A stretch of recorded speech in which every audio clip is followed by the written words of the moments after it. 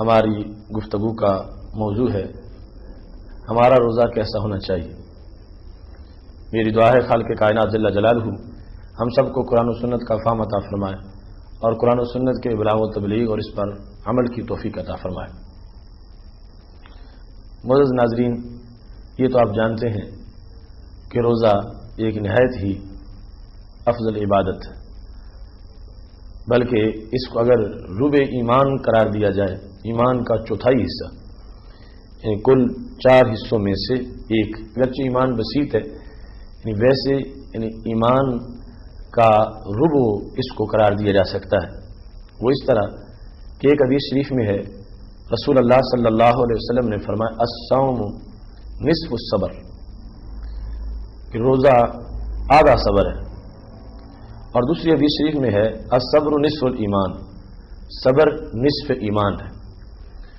ان دونوں احادیث کو ملانے سے پتہ چلا کہ روزہ ایمان کا چوتھائی حصہ ہے، چونکہ روزہ نصف ہے صبر کا اور صبر نصف ہے ایمان کا، تو مجموعی طور پر ایمان کا چوتھائی حصہ جو ہے اس کو روزے سے تعبیر کیا جاتا ہے۔ اور یہ کوئی معمولی بات نہیں کہ خالق کائنات جل جلالہ نے اتنی عظمت اور وقار بخشا ہے اس روزے کو کہ اس کو ایمان کا چوتھائی حصہ قرار دے دیا۔ رسول اللہ صلی اللہ علیہ وسلم نے ایک مقام پر بڑے واضح الفاظ میں یہ ارشاد فرمایا تھا فرمایا لکل شیء باب وباب العبادت الصوم، ہر شے کا ایک نہ ایک دروازہ ہوتا ہے اور عبادت کا دروازہ روزہ ہے۔ اس سے پتہ چلا کہ روزے کو کتنی بڑی جامعیت حاصل ہے کہ اگر عبادت کو ایک مکان قرار دیا جائے تو اس مکان کا دروازہ جو ہے وہ روزہ ہوگا، روزے سے گزر کر ہی اس مکان میں داخل ہوا جا سکتا ہے۔ لہذا روزہ وہ عبادت ہے کہ جس کا تعلق دیگر عبادات کے ساتھ بھی ہے، یعنی دیگر عبادات روزے سے منسلک ہیں، روزہ ان سے منسلک ہے، اور دیگر عبادات کے اندر روزے کی تاثیر موجود ہے۔ اس واسطے رسول اللہ صلی اللہ علیہ وسلم نے اس کو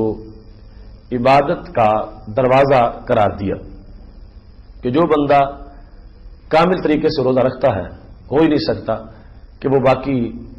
عبادات کی طرف متوجہ نہ ہو، یا یہ مطلب ہے کہ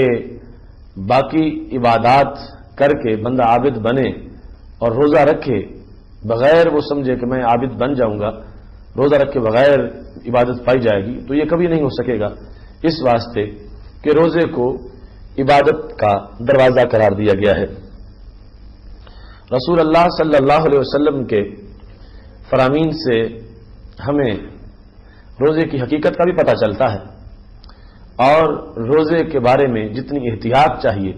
اس کا بھی پتہ چلتا ہے۔ ہمارے آقا صلی اللہ علیہ وسلم ارشاد فرماتے ہیں ان اللہ تعالی یباہی ملائکتہ بالشاب العابد، رب ذوالجلال فرشتوں کے سامنے اپنے نوجوان پرہیزگار پر خالق کائنات جل جلالہ فخر کا اظہار کرتا ہے۔ فیقول، رب ذوالجلال فرماتا ہے ایھا الشاب التارک شابتہ لاجلہ، اے نوجوان میرے لیے اپنی شابت کو چھوڑنے والے، المبذل شبابہ لی، اپنے شباب کو میرے لیے خرچ کرنے والے، یعنی جس شخص نے روزہ رکھا، جوانی میں روزہ رکھا، شابت کو چھوڑا اور شباب کو اس نے رگڑ کر خرچ کیا اللہ کے لیے، خالق کائنات جل جلالہ فرماتا ہے انت عندی کباب ملائکہ، تیرا شمار میرے ہاں بعض فرشتوں کے ساتھ۔ تو گویا کہ روزہ ایسا زینہ ہے جو بندے کو فرشتوں تک پہنچا دیتا ہے۔ روزہ وہ ہے جس کی وجہ سے ایک انسان فرشتوں کی صف میں شمار ہو جاتا ہے۔ خالق کائنات جل جلالہ نوجوان روزے دار کو متوجہ کر کے اپنی رحمتوں کا رب ذوالجلال اظہار فرماتا ہے۔ رسول اللہ صلی اللہ علیہ وسلم نے ایک اور مقام پر یہ فرمایا کہ حدیث قدسی ہے، یقول اللہ عز وجل، رب ذوالجلال یہ فرماتا ہے انظروا یا ملائکتی، اے فرشتو دیکھو الی عبدی، میرے بندے کی طرف، تارا کا شہوتہ ولذتہ وطعامہ وشرابہ من اجلہ، اس نے اپنی شہوت کو،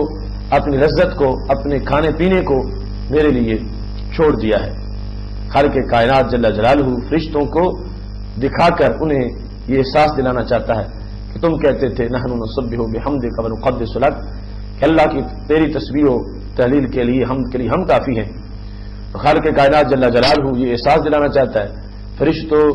ان کے اندر حیوانیت بھی ہے، انہیں بھوک کا احساس بھی ہوتا ہے، پیاس بھی لگتی ہے، مگر اس کے باوجود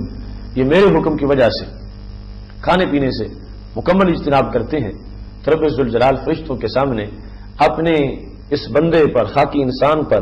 فخر کر رہا ہے کہ یہ کتنا عظیم بندہ ہے جس نے اپنی ساری لذتیں اور ساری خواہشات میرے لیے چھوڑ دی ہیں۔ رب ذوالجلال نے یہاں تک ارشاد فرمایا ہے فلا تعلم نفس ما اخفی لهم من قرۃ اعین جزاء بما كانوا يعملون، کسی نفس کو یہ پتہ نہیں ہے کہ اللہ تعالیٰ نے ان کے لیے کیا چھپا رکھا ہے، حشر کے دن جنت میں انہیں کیا کچھ ملے گا۔ رب ذوالجلال فرماتا ہے جزاء بما كانوا يعملون، یہ ایسی چیز ہے جو عمل کی جزا ہے۔ دنیا میں تم نے روزے رکھے، نیک کام کیے، اس نیکی کی برکت کی وجہ سے رب ذوالجلال تمہیں اپنی طرف سے نواز رہا ہے، اور وہ چیزیں خالق کائنات نے تمہارے اجر کے لیے بنائی ہیں جن کا تمہیں کبھی خیال تک نہیں آیا تھا۔ روزے کے بارے میں یہ بات بڑی کلیئر سمجھنی چاہیے کہ اس کو رب ذوالجلال نے ہمارے لیے بہت مفید بنایا ہے،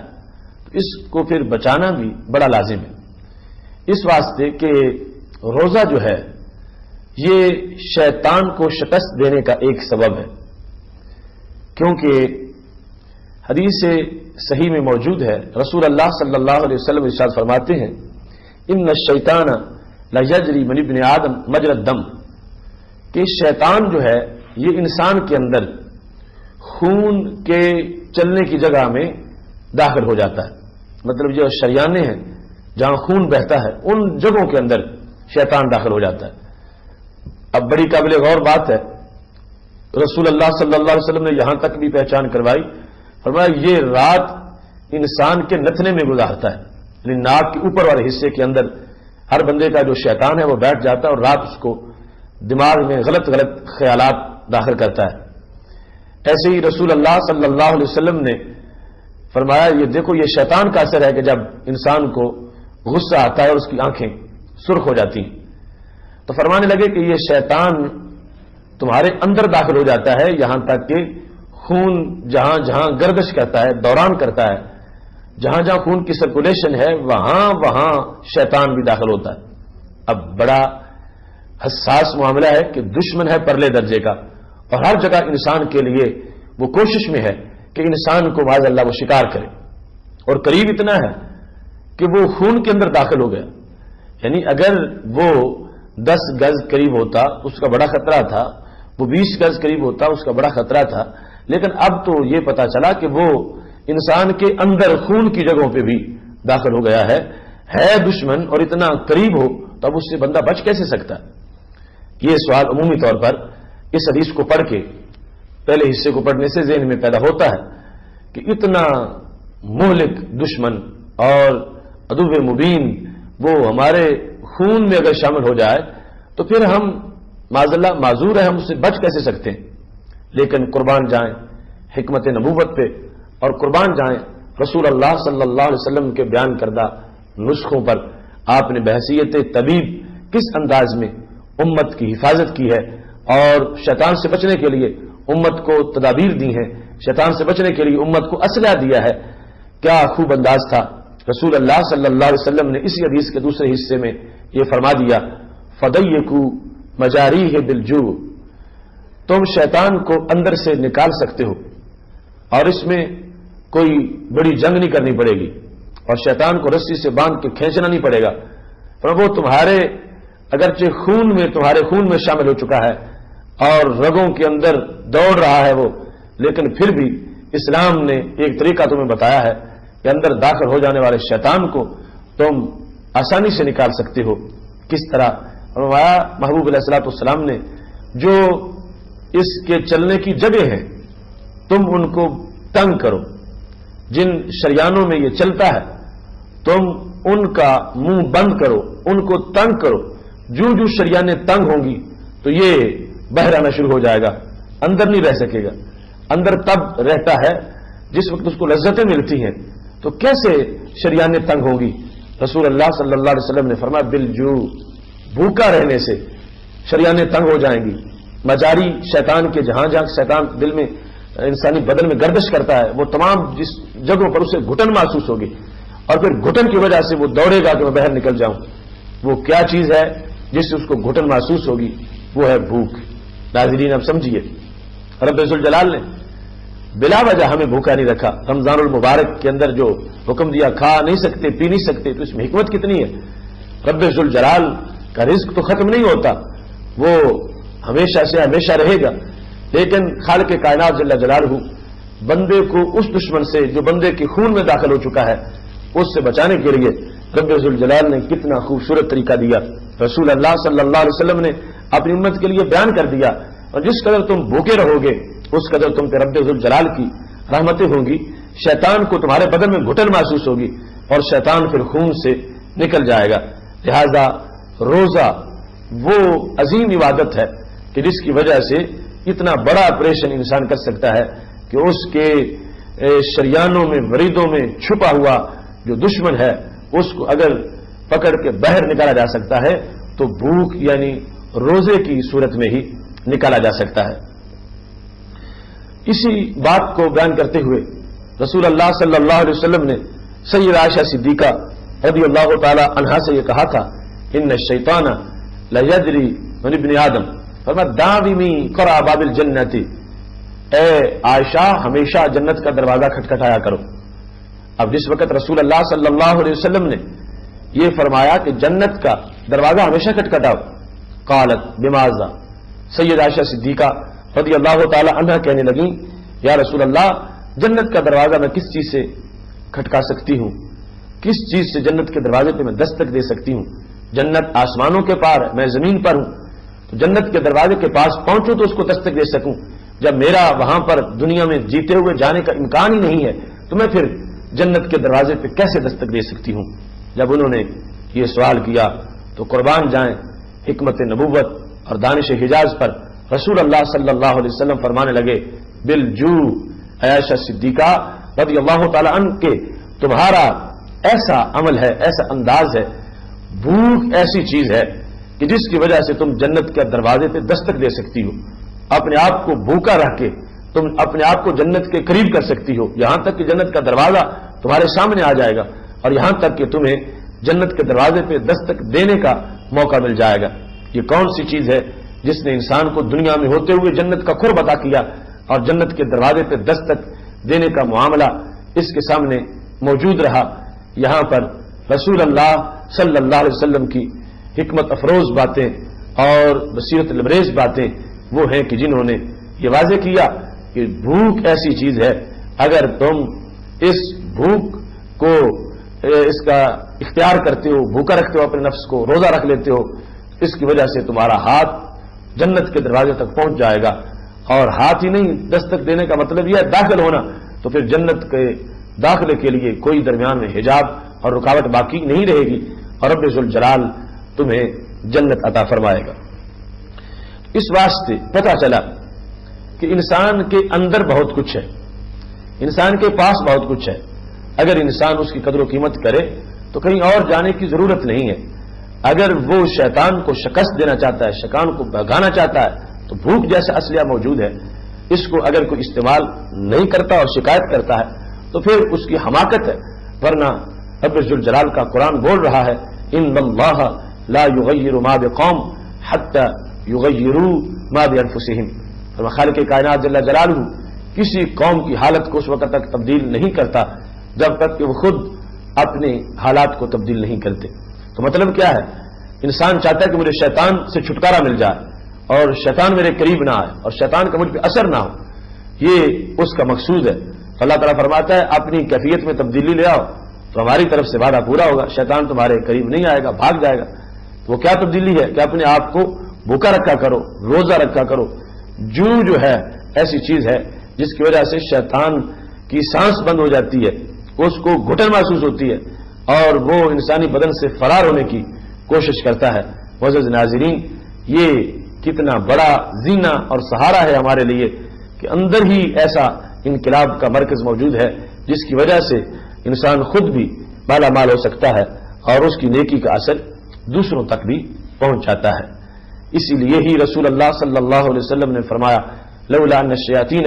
یحومون علی قلوب بنی آدم لنظروا الی ملکوت السماوات، اگر شیطان انسانی دل کے گرد ڈیرا نہ لگا لیتے تو کیا ہوتا، انسان آسمان کے ملکوت تک دیکھتے۔ لیکن اب روشنی کیوں کم ہو گئی، بینائی انسان کی محدود کیوں ہو گئی؟ اس واسطے ہو گئی کہ شیطان نے دل پر ڈیرا لگا دیا اور معاذ اللہ دل پر بیٹھ کر اس نے قبضہ جما کے باقی اعضاء کو کنٹرول میں لینا شروع کر دیا۔ ہماری اس گفتگو کا مطلب یہ ہے کہ انسان ان ذرائع کی طرف متوجہ ہو جن کے اندر اللہ کی رضا بھی ہے اور انسان کی بقا بھی ہے۔ مثلا یہ روزہ جس وقت اس کو اللہ کا حکم سمجھ کے رکھتا ہے اور پھر ساتھ اس کے وہ یہ سمجھتا ہے کہ اسی میں میری حقیقی زندگی کی بقا موجود ہے، تو خالق کائنات جل جلالہ اس کے خیال کے مطابق انا عند ظن عبدی بھی، اور میں تو اپنے بندے کے گمان کے مطابق ہوں، اگر مجھے قریب سمجھتا ہے تو میں قریب ہوں، اگر وہ بعید سمجھتا ہے تو پھر میرا فضل اس پہ نہیں ہوگا، میں بعید ہوں۔ اس لحاظ سے تو پھر بندے کو اپنا تصور جو ہے وہ الوہیت کے بارے میں اچھا رکھنا چاہیے، تو اس پر خالق کائنات جل جلالہ کی طرف سے اجر بھی مکمل ملے گا۔ روزہ کیسا ہونا چاہیے، اس میں اب یہ بات تو بالکل واضح ہے کہ روزے نے بہت بڑا کام کرنا ہے، روزے نے شیطان کو بھگانا ہے، روزے نے دل کی حدود کو صاف کرنا ہے، روزے نے دل کی سرحدوں پر شیطان سے لڑائی لڑنی ہے، تو پھر خود روزہ جو اس کے اندر پاور ہونی چاہیے، روزے کے اندر کسی طرح کی کوئی آلودگی نہیں ہونی چاہیے، اور روزہ اتنا چمکدار ہونا چاہیے کہ جس کی بنیاد پر واقعی انسان کو یہ محسوس ہو کہ وہ روزہ بہت بڑا بوجھ اٹھانے کے قابل بن چکا ہے۔ اس سلسلہ میں رسول اللہ صلی اللہ علیہ وسلم کا ایک فرمان ذہن نشین کر لینا چاہیے۔ ہمارے آقا صلی اللہ علیہ وسلم ارشاد فرماتے ہیں، انما الصوم جنہ، روزہ ڈھال ہے۔ آپ جانتے ہیں کہ ڈھال وہ چیز ہوتی ہے پرانے زمانے میں جنگوں میں استعمال ہوتی تھی، جس کی وجہ سے مخالف کا حملہ خواہ وہ تلوار کا ہو یا کسی اور چیز کا ڈھال آگے کر کے انسان خود بچ جاتا تھا۔ ڈھال کو ضربیں لگتی تھی مگر جس نے ڈھال بنا رکھا ہے وہ بچ جاتا تھا۔ تو رسول اللہ صلی اللہ علیہ وسلم کا یہ جملہ بھی کتنا جامع جملہ ہے۔ پاک محبوب علیہ الصلوۃ والسلام ارشاد فرمانے لگے، انما الصوم جنہ، روزہ ڈھال ہے۔ اب روزہ ہمارا کیسا ہونا چاہیے؟ ایسا کہ وہ ڈھال کا کام دے، کہ جب انسان کی طرف بدی کے تیر آنے لگے روزہ آگے سے روک لگے۔ جس وقت انسان کی طرف خواہشات حملہ کریں تو روزہ آگے سے ڈھال بن جائے اور ان خواہشات کے تیروں سے انسان کو زخمی نہ ہونے دے۔ روزہ ڈھال ہے، اس میں دو مفہوم ہیں، ایک تو دنیا کے لحاظ سے ڈھال ہے، ایک عقبہ کے لحاظ سے ڈھال ہے۔ دنیا کے لحاظ سے روزہ کیسے ڈھال ہے کہ دنیا میں روزہ جو ہے بندے کو گناہوں سے بچانے میں کردار ادا کرتا ہے، روزہ ڈھال بن جاتا ہے۔ اور عقبہ میں بھی روزہ ڈھال بن جائے گا کہ روزے دار کو روزہ جہنم میں نہیں جانے دے گا، آگے حجاب بن جائے گا، رب ذوالجلال سے سفارش کرے گا، اور خالق کائنات جل جلالہ اس روزے کی سفارش کو قبول فرما لے گا۔ اس سے پتہ چلا دنیا میں گناہوں سے ڈھال ہے، آخرت میں جہنم کے عذاب سے ڈھال ہے۔ اور رسول اللہ صلی اللہ علیہ وسلم نے دنیا میں جس انداز سے ڈھال ہے اس کی آگے تفصیل کرتے ہوئے یہ ارشاد فرمایا، فَإِذَا كَانَ أَحَدُكُمْ صَائِمًا، جب تم میں سے کسی نے روزہ رکھا ہو تو فَلَا يَرْفُثُ، وہ گناہ نہ کرے، وَلَا يَجْهَلُ، اور لہو لعب والی اور فضول باتیں نہ کرے، وَإِنِ امْرُؤٌ قَاتَلَهُ أَوْ شَاتَمَهُ، اگر اس سے کوئی بندہ آ کے جھگڑ پڑے، اس کو مارنا شروع کر دے یا اس کو گالی گلوچ دینا شروع کر دے، تو رسول اللہ صلی اللہ علیہ وسلم فرمانے لگے، فَلْيَقُلْ إِنِّي صَائِمٌ إِنِّي صَائِمٌ، اس کو یہ کہنا چاہیے یا رسول اللہ، یہ اس کو کہنا چاہیے اس بندے کو جس وقت اس کے ساتھ کوئی جھگڑ پڑا ہے اس کو کہ میں روزے دار ہوں، میں نے روزہ رکھا ہوا ہے۔ تو اس ایسے معاملے کی وضاحت رسول اللہ صلی اللہ علیہ وسلم نے ہمارے لیے فرمائی ہے۔ اس میں روزے کی جن چیزوں سے تلویث ہوتی ہے ان چیزوں میں سے ایک غیبت کا عمل ہے. غیبت جو ہے وہ بہت مذموم عمل ہے. ان تأکل لحم اخیہ میتا فکرہتموہ، کہا گیا یوں ہے جیسے اپنے مردہ بھائی کا گوشت کھانا. تو غیبت سے منع کیا گیا. تو روزہ ہمارا ایسا ہونا چاہیے کہ جس کے کسی حصے میں دن کے اندر کہیں انسان کی زبان پر کوئی غیبت وغیرہ نہ ہو اور کسی کے لحاظ سے کوئی دل میں حسد اور بغض موجود نہ ہو. اس سلسلہ میں رسول اللہ صلی اللہ علیہ وسلم ارشاد فرماتے ہیں اور حدیث میں موجود ہے ان امرأتین صامتا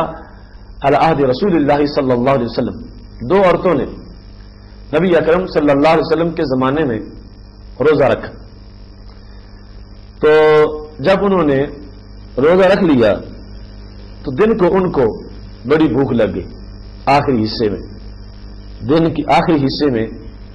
ان کو بھوک لگ گئی، پیاس شدید لگ گئی. ہو سکتا ہے وہ بڑی عمر کی ہوں، کمزور ہوں. حتیٰ قیادتا، قریب تھا کہ وہ دونوں ضائع ہو جائیں. تو انہوں نے رسول اللہ صلی اللہ علیہ وسلم کی طرف پیغام بھیجا اور نبی اکرم صلی اللہ علیہ وسلم سے اجازت چاہی کہ ہمیں اجازت مل جائے تو ہم روزہ افطار کر سکیں. جس وقت انہوں نے روزہ افطار کرنے کی اجازت مانگی تو کیا ہوا، رسول اللہ صلی اللہ علیہ وسلم نے ان کی طرف ایک پیالہ بھیجا اور یہ حکم دیا پیالہ لے جانے والے کو کہ ان دونوں عورتوں کو کہو کہ اس میں وہ کیا کریں، ما اکلتما، جو کچھ تم نے کھایا ہے وہ تم اس میں کیا کر دو. جس وقت انہوں نے کیا کی تو اندر سے جمے ہوئے خون کی بوٹیاں نکلی اس برتن میں جس میں انہوں نے قید کی تھی. تو جمے ہوئے خون کی بوٹیاں اس قید کے ذریعے سے ان کے بدن سے باہر آئیں. جس وقت ایسا عمل ہوا رسول اللہ صلی اللہ علیہ وسلم نے اب فرمایا ہاتان سامتا اما احل اللہ لہما وافطرتا علی ما حرم اللہ تعالی علیہما. فرمایا ان دو عورتوں نے حلال چیز سے تو روزہ رکھ لیا، یعنی حلال کو چھوڑ دیا، حلال چیز کو ترک کر کے روزے کی صورت بنا لی. لیکن کیا ہوا، رسول اللہ صلی اللہ علیہ وسلم فرمانے لگے افطرتا علی ما حرم اللہ تعالی علیہما، رب نے جو ان دونوں پر حرام کیا ہوا تھا اس پر انہوں نے روزہ افطار کر دیا، اس سے روزہ چھوڑ دیا. یعنی حلال چیزوں سے اجتناب کر کے روزہ انہوں نے رکھا ہوا ہے، مگر حرام چیزیں